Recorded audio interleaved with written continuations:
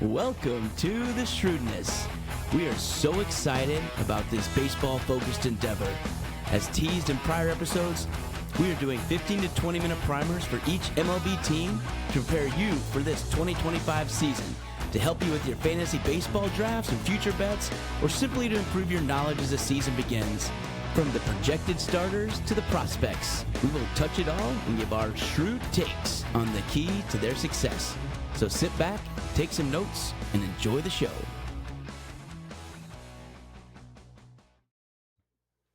Hello, Shrewdness. Welcome back to our baseball special. So we're going to be diving into yet another team, again, to help you out with your fantasy drafts, your upcoming over-unders for your gambling, and heck, just to be a better, more knowledgeable baseball fan. So when you're sitting at the old watering hole, somebody comes up like, oh, yeah, Shrewdness told me that this guy's a kind of a prospect you should be watching this year.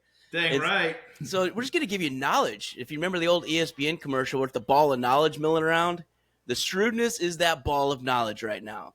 So we're pretty pumped. We're going to be diving into the AL West. We are going to the Lone Star State in Chisholm. We're going to his backyard. He's going to lead us through and tell us about these Tejas Rangers. Absolutely, man. What do we got, man? Tell us about them. Yeah, so this is an interesting one because I do get a lot of news on Tejas being in my backyard. So I see a lot, hear a lot on the talk radio. They're not afraid to spend down here in Texas. So from a payroll standpoint, they're slated to have $223 million payroll. So they are not doing it on the cheap. Unfortunately, all that money last year got them missed the playoffs. And we're significantly under on their Fangraphs and Pacoda's number. So they were supposed to be 86 wins last year, according to Fangraphs and Pacoda, both.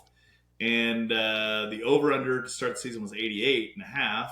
And they actually delivered 78 wins. So significantly less. If you took the over, you were very unhappy about that. This year, they have come down a little bit, but not a ton. And there's kind of a disparity. Fangraphs has them at 85 wins, Pacoda 90, and Vegas has them at 85.5 wins. So that would still be a 7 to 8 win improvement over last year. So we're going to dive in here and see what you guys think, whether or not that makes sense or not.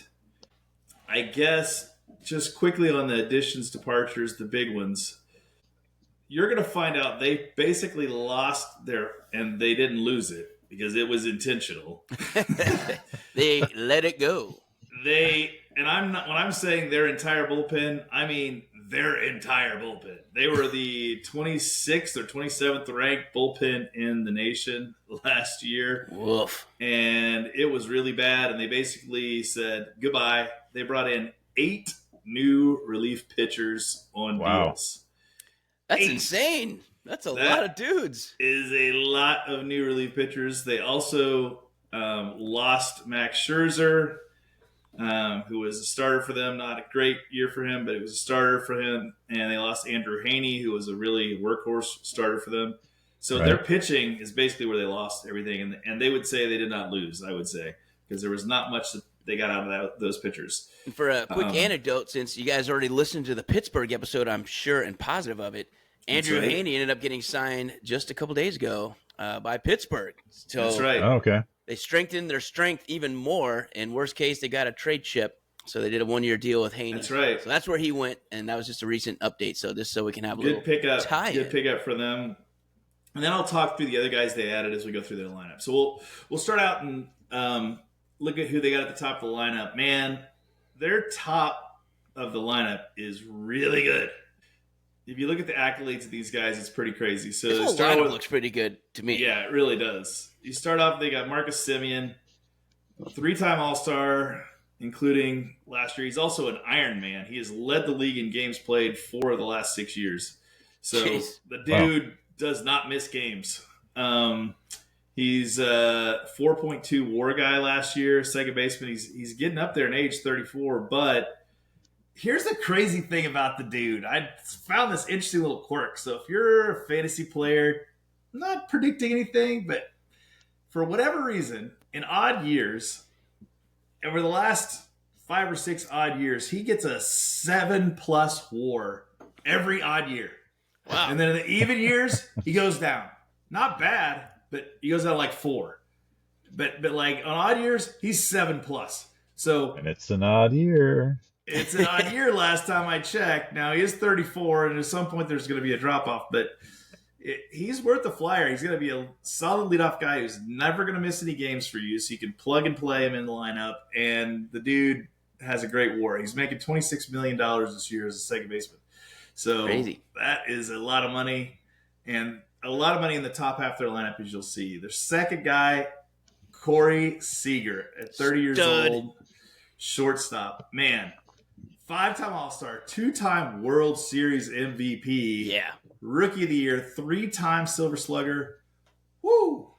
Dude has a lot of accolades. He's earned a lot of accolades and a lot of money as a result. He's going to be making $32.5 million as a shortstop this year, and he does actually earn it. 4.5 WAR guy. He had 30 home runs last year, which is kind of a little bit of a down year for him. But the weird thing was he only had 74 RBIs with 30 home runs. I was like, that's strange. So clearly it shows a lot about the offensive struggles they were having last year. He was in a lot of solo shots. Where was he at in the lineup last year? Last year probably also second. He was second or third. I think he may have been third most of the year. Yeah, that is really surprising. It's very odd that he had as many solo shots as he did. Well, but the thing is, he only I know leadoff guys do struggle to knock in runs because the bottom of the lineups. He only had 123 games. Yeah. So add in another 30 of those, and then that 30-74 is closer to 45 a hundo. Right. Yeah. Which he could have easily had if. I mean, he's a 353 on base guy and an 864 OPS guy. So the dude is just awesome. Obviously, from a fantasy standpoint, if you can get Seager, you're loving life, and you should. Yep. Fun little anecdote on him is I went to go see him when I was living in Colorado Springs. So the Colorado Sky Sox were playing and hosting the Dodgers affiliate at the time, AA team. And I was so excited. So very excited because I'd already seen Carlos Correa's last minor league game, and then he got called up, and there's a lot of buzz going on. I think it was July timeframe. Like, Corey Seager's going to get the call. And lo and behold, I went to the game, rain out. Didn't even get to see him play. They played like an inning and a half, and then he didn't get to bat. I'm like, no. And then next day, called up. Like, dang it, now he's going to L.A. I'm never going to see him. And I was having a pretty good track record of getting all their autographs and everything, too, because AA, man, that's what's up. And especially when you know these guys by name, most of the people in this city, they aren't little prospect hounds like I was. Corey. And I was trying to get him in the rain delay. It was not working. Bummer. I tried hard, though. So, anyway, I tried to see his last minor league game, and yeah, I think he got a good story out of it anyway. I got a good story out of it. Rain out in Colorado Springs, but he's I knew he was gonna be good, and I was so excited as the first game too of the series. And then they rain out and then he got called up, so I didn't even get to see him. But if you look at talk about strength in the middle, I mean you got Seager and Simeon second. That's short. good. Like it's tough. That's a combo that's tough to beat. The third batter is a really interesting cat. Because Wyatt Langford has a ton of promise. He was a first-round pick, 4th overall, just from 2 years ago, 23. So this dude is, 23 years old. He has not played a lot of ball professionally, and he is slated to hit third for the Texas Rangers in the lineup. He last year he had 16 homers and 19 stolen bases in limited action. This could be his breakout year. He's a guy that I'm really excited to watch play because they've got high hopes for him. Obviously, you're putting him third between Seager and then Jock Peterson. Yeah. Fourth. They must feel pretty strongly that he's going to step in and rake. He's a beast. His hard hit rate and barrel rate and everything you put together in those little stat lines, he is at the top. Like he's a huge breakout candidate for this year. I totally agree. And the thing is, that draft class he was one of the people that was considered going first. I mean, really, there's many Paul Skeens, but Wyatt Langford, we're all in the talk, man. And so he ended up falling to fourth. But, right off the bat, that dude started raking. So, yeah, he's going to be a good one. High hopes for him, and hitting third, he's going to get a lot of pitches because after him is Jock Peterson, who is a guy that they added. So they went signed Jock Peterson from Arizona, signed him to a 2-year, $37 million deal. So you can see there's a lot of money in these three of the top four. Wyatt's on a rookie deal, so they're doing okay there. But Peterson, what's crazy, his OBP was 393 and his OPS was 908 last year. That's pretty elite. That's crazy. Also, fun fact, led the league in hit by pitches. 18 plunks. So dude's not afraid to take one for the team. Yeah. He's got a love for Jock. So likes to lean into those. Absolutely. He leans in. He's 32 now. One of the older guys on the team. They're going to have him DH, is what they've got him slotted doing right now, which is probably good. He's much better with the stick than the glove. Yeah. So I think he'll be an interesting fit there. And a guy they brought in to strengthen the lineup. And the lineup's already good because then you go 5, you go Adolis Garcia. And Adolis Garcia, this is a critical year for Adolis because I've always liked watching the dude play. He's a beast. When he hits the ball, he gets a hold of it. But, man, he did not have a good year last year. No, it's a struggle bus. He 224. It was a negative .2 WAR, which is crazy. When I read that, I was like, really? Adolis Garcia is a negative WAR? He's a 2-time All-Star. He has won a Gold Glove. But even in a down year, he had 25 home runs. But he's 32, so you kind of go, is he going to start slipping? Some of these guys start to slip at this age. He doesn't look like a guy who's like breaking down or anything yet, but you just never know when somebody's peak's going to be. So this is like a critical year for him. If he has a bounce back year, he could hang around for a while and still be productive. If he has another bad year, it could be like lights out for Adolis because Adolis didn't get to play much.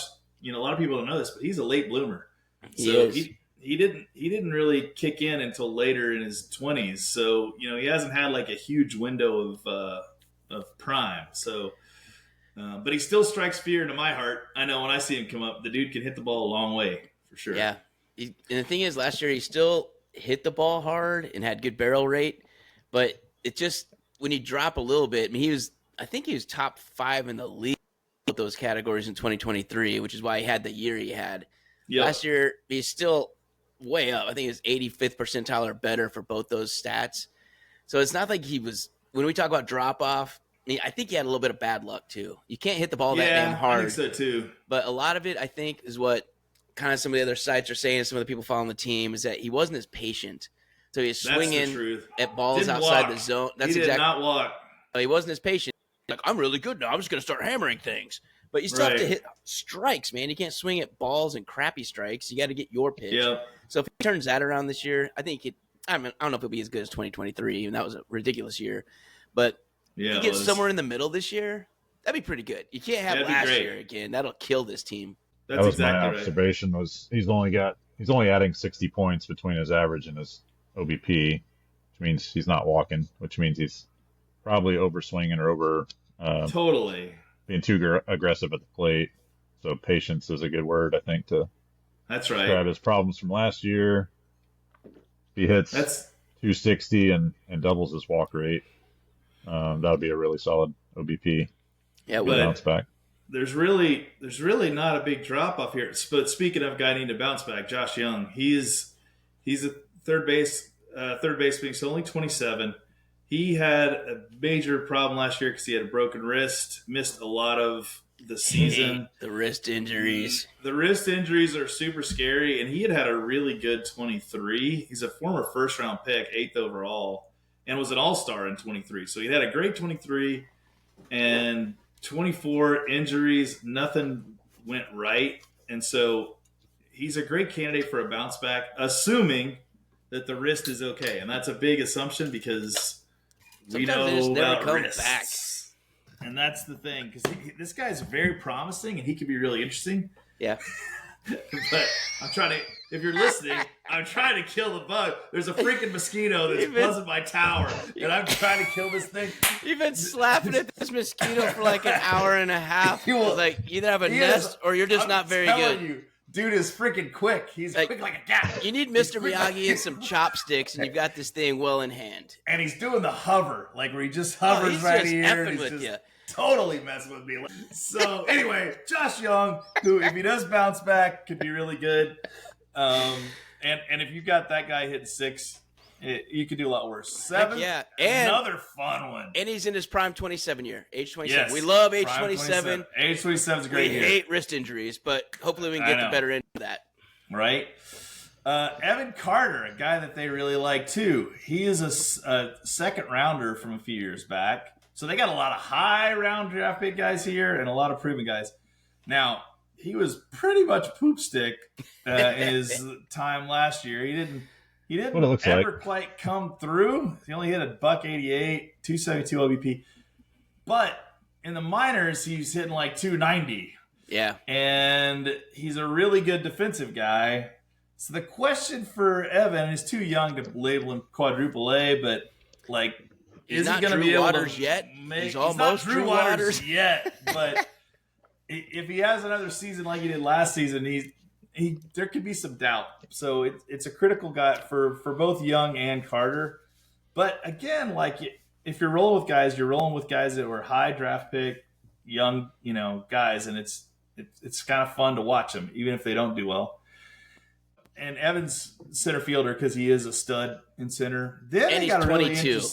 And he's 22, I'm a benefit of the doubt these young dudes, see if they can figure it out. Let them figure it out. Let them work it out. He was in kindergarten when Marcus Semien was a senior in high school. Wow. And now they're playing ball together. 12 years age difference. That is a really interesting way to put it. And it's exactly give him a right. few years to catch up on Let him talent. catch up. He might get there. So they made a trade for their first baseman this year, and they got Jake Berger. And Jake Berger was they got him from the Marlins for some minor leaguers. I like him because he's a Missouri State boy, and the Shrewdness crew grew up in Springfield, so I always had a little soft spot for Missouri State guys. Go Bears! He's a big power guy. He had 29 home runs for the Marlins, which is pretty stinking good because there's nobody on the Marlins, so it's not like he had any protection. And he got 29 homers and he hit 250.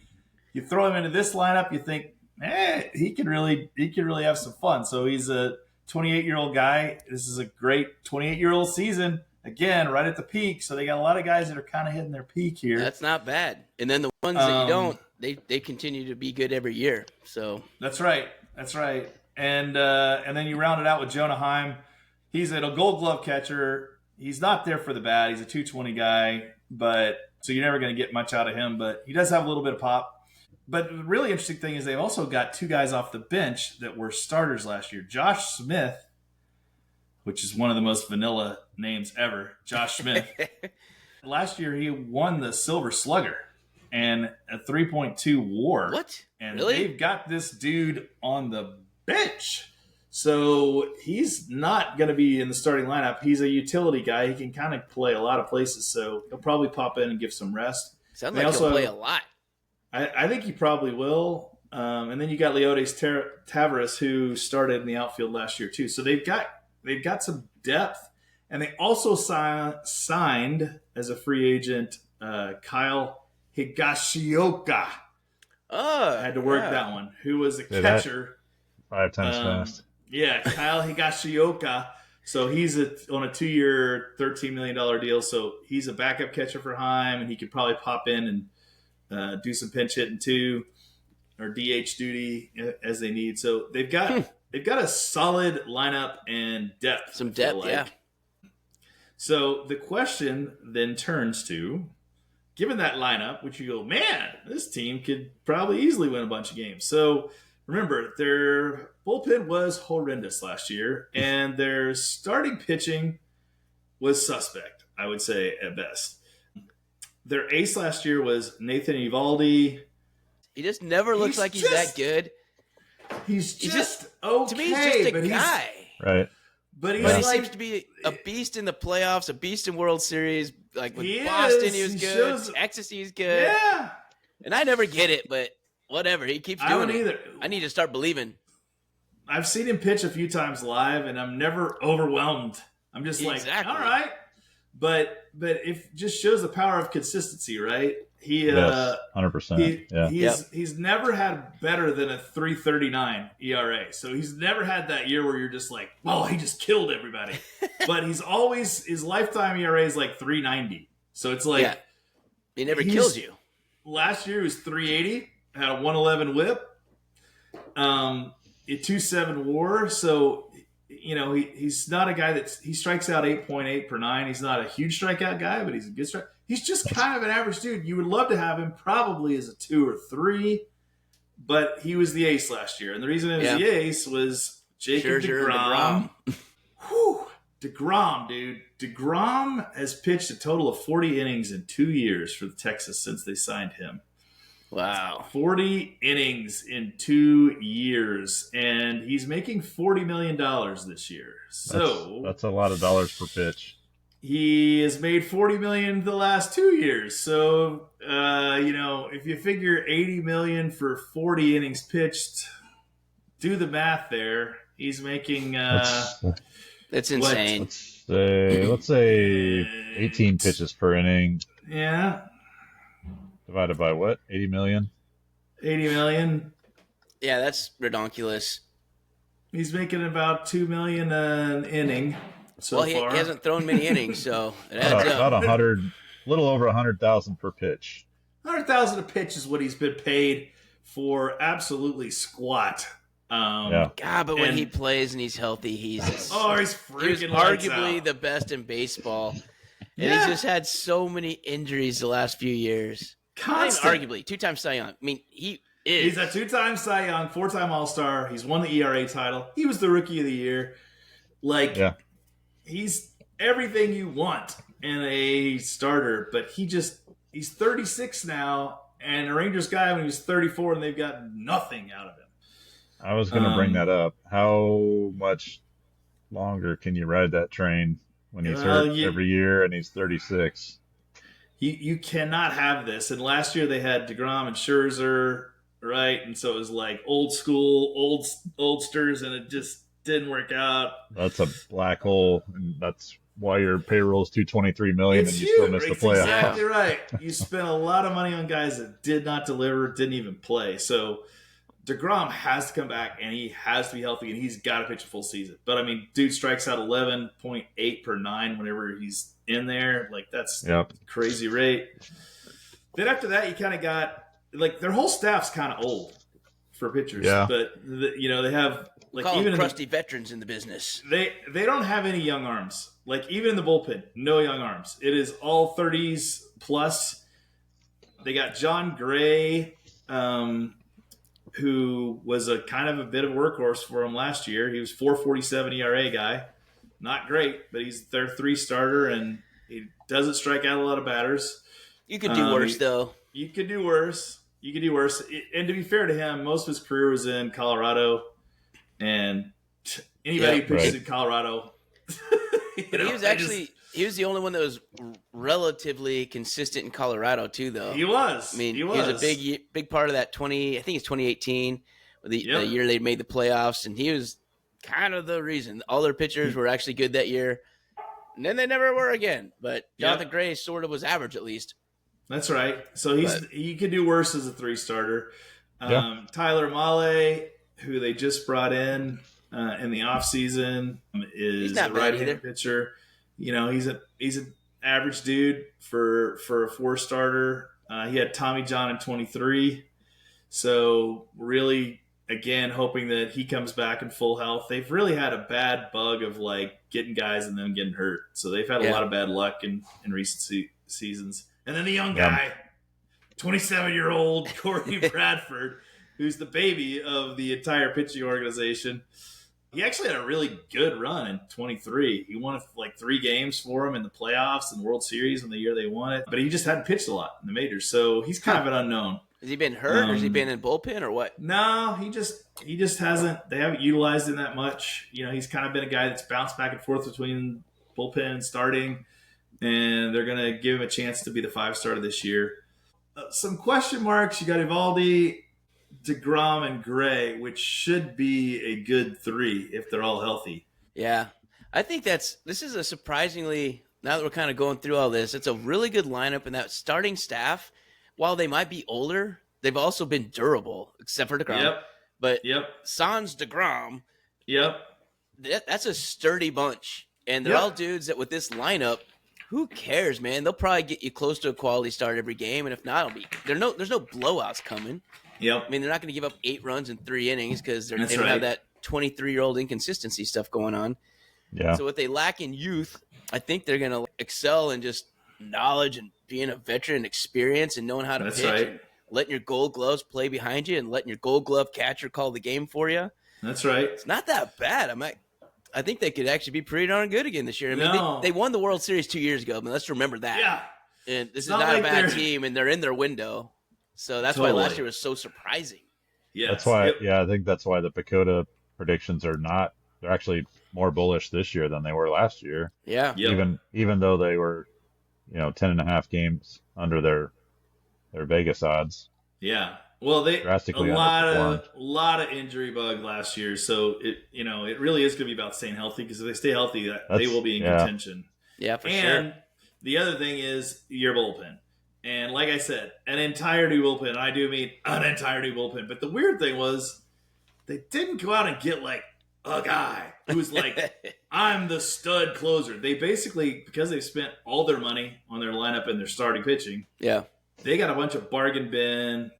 Let's hope these guys lightning in a bottle. The guy they got closing is a 38-year-old dude, free agent for Boston, Chris Martin. Chris Martin, not the lead singer of Coldplay. This is Chris Martin. Put him to sleep if it was, though. Right? It'd be better probably, because Chris Martin has never closed, but he's going to be the closer evidently, and didn't get any. Last year their closer was Jose Leclerc. He's gone now. He had a rough year last year, but he was a proven closer, and he had a lot of saves under his belt. Chris Martin, we'll see.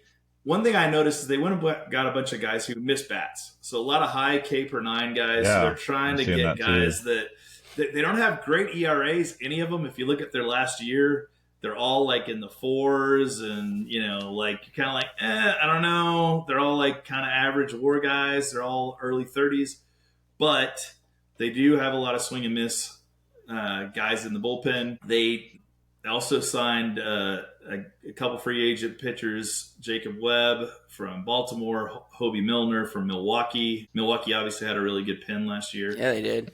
And then some journeymen like Sean Armstrong, who was with 4 teams last year.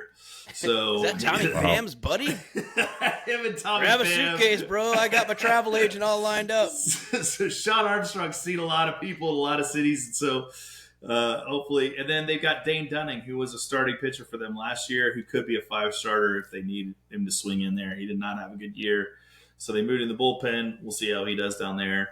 So this is the gigantic question mark for them. If any of these guys gets hot, or if a couple of these guys get hot and they piece together some decent innings, they could be a really good team.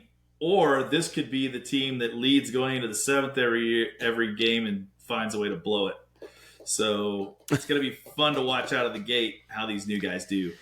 Obviously, the numbers don't tell the whole story, but I'm seeing consistently, like you mentioned, high Ks per 9 rates from all these guys that they brought in.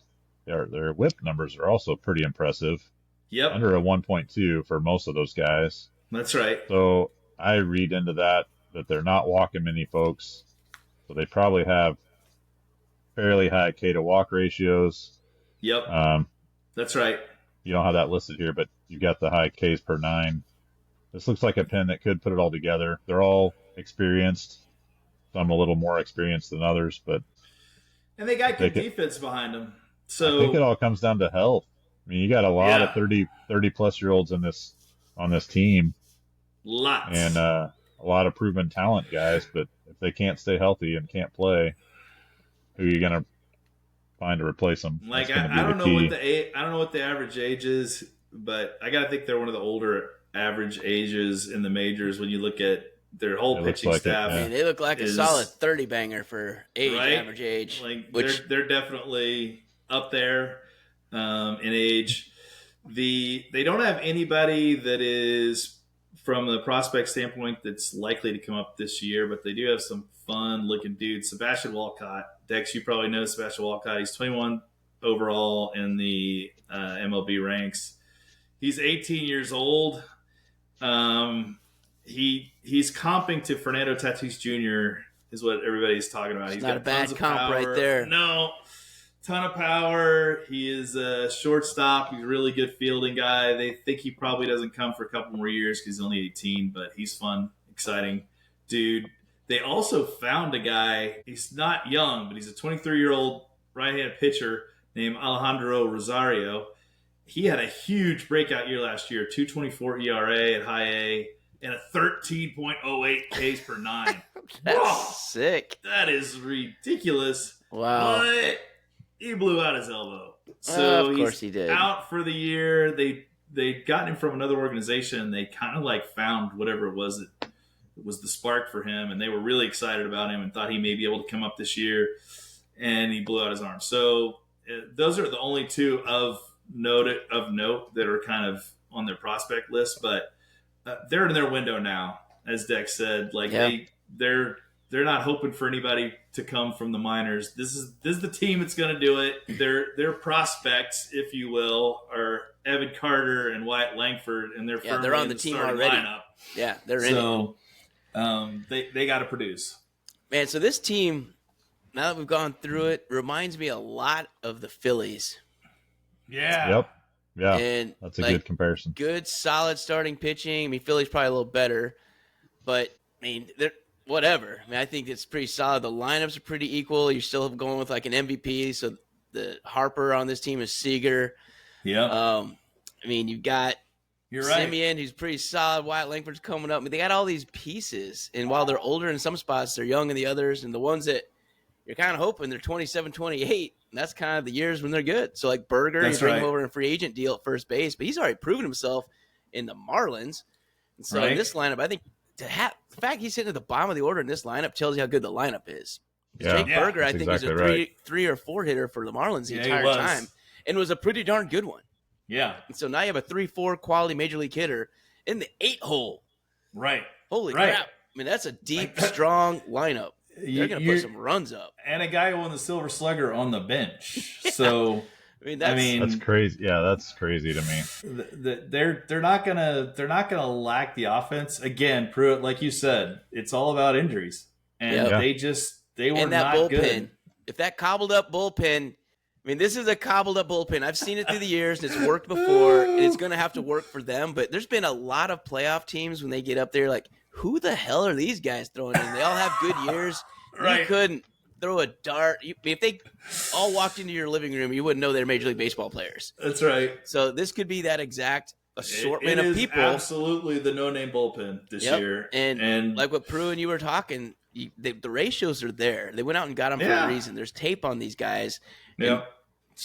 They lost everybody else from last year anyway, so I think that's a big deal. And these pieces aren't that hard to get at trade deadlines. Right. So middle relief and bullpen help. I mean, again, Mason Miller for Oakland. Not Oakland. Well, the Athletics. Let's just go with the Athletics. He's going to be potentially available.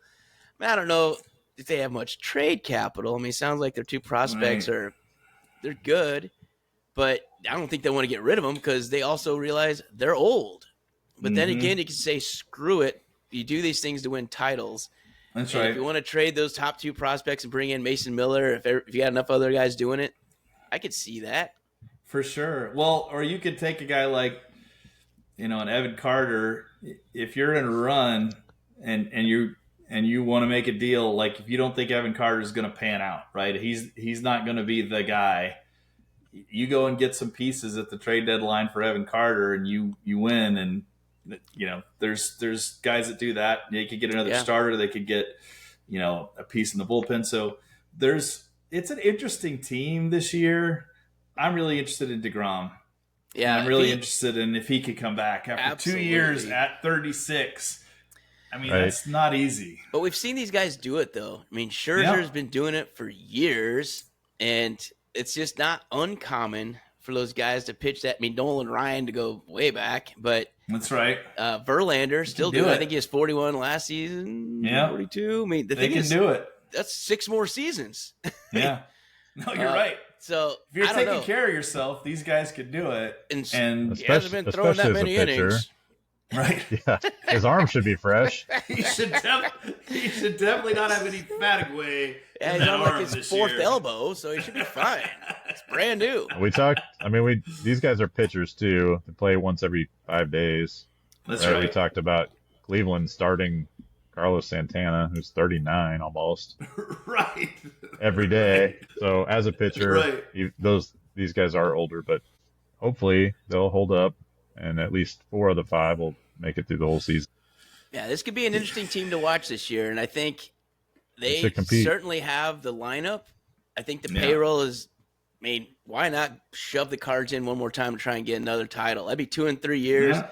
It's not impossible. I mean, remember the 2010, 12, 14 San Francisco Giants, they sucked all those odd years. Those odd years. Maybe the odd years are the money for the Rangers. Who knows? That's right. Well, as a result, I am leaning over on the 85.5. Yeah, especially because I don't think the division's that tough. So, it's a pretty wide open West. Yep. And I'm counting on deGrom being, 75% of what he was. And if he is, and he pitches the whole season, I feel like that's enough to get you in the playoffs. And I think in their division, 86 wins at least. So yeah, I'm not locking it, but it's a stronger lean than I've had on other teams. I kind of like them battling with Seattle down to the wire.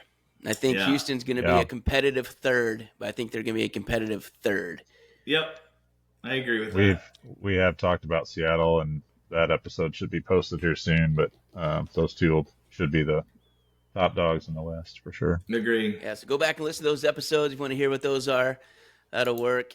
Any final outtakes for the Texas Rangers, Chiz? No, my final outtake is that when I go and watch the Royals play at Texas this year, I hope that they will score more than 1 run in 3 games. Because every time I go to see the Royals play the Rangers are the unbeatable, the most incredible baseball team I've ever seen. And the Royals are like the absolute worst team I've ever seen. And I've spent way too much money and time in that stupid Rangers new ballpark with us not scoring any runs and being heckled by the Rangers fans. So that is what I'm most concerned about when it comes to the Rangers this year. Royals need to get in here and kick some butt for that 3-game series. That's it. All right, Prue, any last notes? I'm just really concerned about health for this team. There's a lot of 30+ guys in that lineup. Yeah. And on the staff, so they'll be a solid team if they can stay healthy. All right. So I think the physical trainers are going to have to be on their game this year. We need the physical training staff to be on key. If so, I think the Shrewdness, we're on the position that they can definitely compete for the division win. I think Texas is definitely a playoff caliber team. I think they're potentially a championship caliber team for at least get to the World Series in the AL. So that's kind of where we're at. But thank you very much for the rundown, Chiz. Thanks for the kind of all the inside scoops. And until next time, is the Shrewdness. Stay shrewd.